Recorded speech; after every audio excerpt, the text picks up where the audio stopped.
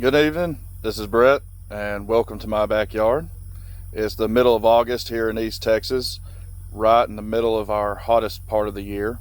And while some of us may be wishing for cooler weather these days, it's still quite a bit of time off. Our average day of last frost is around the end of November. For those of us that are looking forward to planting a fall garden, right now is the perfect time of year to get that going. And today I wanted to talk about whether you're looking forward to your fall garden planting or getting ready for next spring's planting. They're one of the most important parts of our gardening, and especially for those of us that have gone into raised bed gardening, is compost. Having a good soil composition can make all the difference in the world for plant production. And so you want to have a soil composition that is high in minerals, good, loose soil, not sandy, not that loose, not hard and compact like clay, but in the middle with lots of organic material in it that will help provide the nutrients that the plants need to be able to provide the fruits and vegetables that we're looking for. So today I want to show you a compost pile that I've started recently, and this is one that I'm preparing for next spring's garden. This is going to be a long-term composting. We're going to get 6 months of rotation into this to get the soil just right. I will probably make a video later about short-term composting. There are some composts that you can do in as little as about 3 weeks. And so if you're getting late in the season and you need to get some made up quick, we'll go through the steps later on that. But today I want to show you this one that I'm starting for coming up in the spring. And so what I've done here is have some material that is more high in clay structure. It's really hard material here, and the clay material has a lot more of the minerals that the plants are going to need in the future, but sometimes it's a little dense, doesn't take water very well.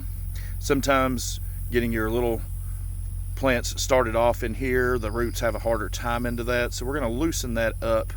It's a good starter base material, and I want to talk to you about a few things that you could add into here that'll help you get you going for a great compost. Our first material is green material, and that does not include the old lettuce you see here in the picture. This is more like your grass clippings. Grass clippings can make great composting material. We want to make sure when we're using grass and weeds, we don't want any of that seed material that could germinate later in our compost, so that when you get your tomato plants planted in the spring, you've got all these weeds you're having to contend with and weed out of there. So green material, just remember, whether you're using your lawnmower in a bagging system or raking it up, try to get this material before it goes to seed, so we're not having to contend with that in there. Your second material you want is your brown material, and this could be anything from paper to sticks. Even cardboard is good. If you're using cardboard, you want to try to not use the waxy surface side cardboard. You want just a plain cardboard to go into your compost pile. Some of that waxy surface stuff can be great. It's great at weed suppression, so a lot of gardeners use this in our walkways and stuff to keep the weeds down, and then sometimes you put a little mulch over the top of it for aesthetic reasons. But cardboard can be a good thing going there. Paper, writing paper, coffee filters even are good materials that can go into your compost here. Your next thing is food waste, and this is one that we have quite a bit of here. We have a very high producing tomato patch, and so sometimes we try to give them away to friends and family and eat as much as we can making our salsa, but we just can't get to all of them sometimes. But these are great materials to have in your compost, and I'll even show y'all later about what can be a side effect, just like I was talking about the weeds and their seeds coming up in your compost or planting beds later. Sometimes these tomatoes like this will begin to grow from the seeds in them. And I've actually had a couple of my tomatoes in the tomato garden this year come from the seeds that I was just thrown in the compost pile there. Third thing that's good is manure. This is more of your grass eating, your more livestock type manures are good to go into the compost there. They'll help break up and aerate the soil really good. Things like cow manure is probably the best and easiest to work with. Here at our backyard garden, we have chickens, and chicken manure is great, has a high nitrogen content, good for composting. The reason you want to put it into your compost pile and let it break down rather than putting it directly around your plants is the high nitrogen content can do what they call burning your plants sometimes. So it's better to get it broken down in amongst your compost and then apply that to your plants later. Eggs are good. Sometimes we can't always give away or eat all of our eggs. Eggs are good to go into your compost here. Has lots of calcium in there, which some of your plants need. So they're just another good additive. And finally, wood shavings. And this wood shavings could fall under the brown material list, but wood shavings are something that we can get in higher quantities here in the city. When people trim their bushes and trees from around the area, they do quite a bit of chipping of wood, so we're getting natural wood. If you're using wood chips, it's good to use untreated wood chips. Sometimes if you get them from the store, check and see if they've got a treatment on them. This could have chemicals in there that could hinder your plant growth and disturb them. But these wood chips are excellent organic material that'll go in, break down, help affix nitrogen to the soil, and help your plants grow for a long season. Now, some of the things you don't want to put into your compost pile are disease materials. Sometimes it's unfortunate, but some of our tomato plants and things will get diseases. That's just what happens. And when that happens, we don't want to transfer them in the future to our new garden. So with these, we want to try to burn them up if possible, throw them away. Do not use diseased materials because that can transfer into the soil. Meat is not a good item, although it will eventually break down. Meat tends to attract a lot of pests that we do not want in our compost pile. Different bugs that feed on that, or animals getting in, scattering our compost. Meat is just not a good thing to put in the pile here. Bones go along with that. Bones take a little longer to break down, obviously, and so let's just use eggs instead of bones for our calcium here. And then dairy products. Dairy products are not good. Same with the meat. They attract different organisms and enzymes that we're not looking for in our vegetable growing garden. Like I mentioned a minute ago, treated wood is not good. You don't want to put any of this treated material. They may call it ACQ or womanized type material from the lumber yard and different things like that, or treated wood shavings.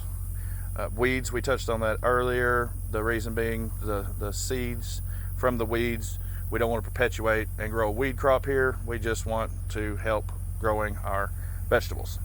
And then lastly, with the manure we talked about earlier, the chicken manure, cow manure, these grass eating farm animals are great for your compost. You don't want meat eating manure such as human or dog or some of your pets. You don't want that type of waste in your compost here.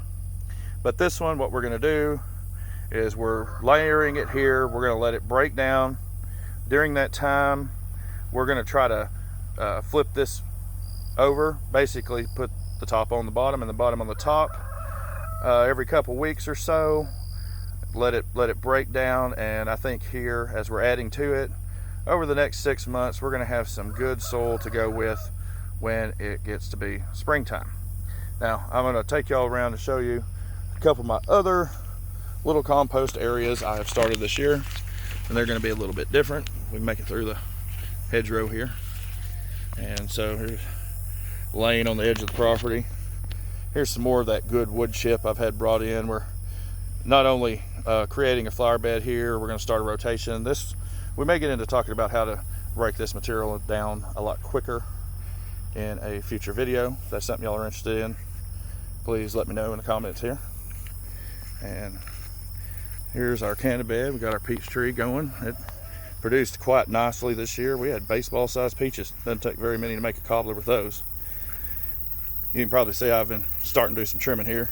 Got some different weeds and vines coming up in this area that are unwanted. We got to get them out.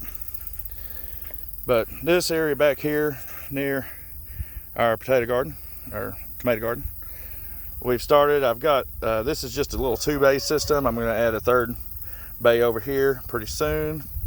And in the first one, this is some of our natural mulch from the city here, and it's already getting started breaking down good. Move just a little bit of this. See inside of there where I've already flipped to this stuff once. It's got a bit of ants in there right now.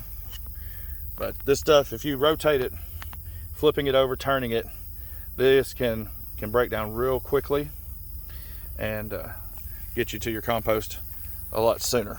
My other bay here is just, you can probably hear my big rooster. His name's Cogburn. He's there in the background. This one, might be able to see through here, is some of the chicken manure mixed with some of our mulch there. And we're going to let this break down for a longer time so it's good and healthier for the plants at a later time. And when I talked about sometimes you may have a tomato come up in the middle of it, I don't know if y'all can see this, but this tomato plant here, this is one tomato, all of this that has sprung from just an old tomato in the compost there.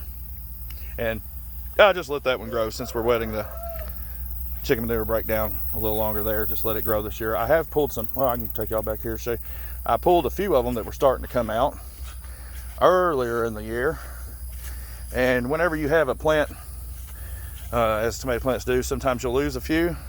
This one here is one of my compost tomatoes that has really taken off. We transplanted it here into the bucket, and so it's doing really good. All right. Well, thank y'all for watching. If y'all have any questions or comments about composting or any ideas for future videos you'd like to see, leave them in the comments down below. Be sure and subscribe, share with your friends, and we'll catch y'all next time.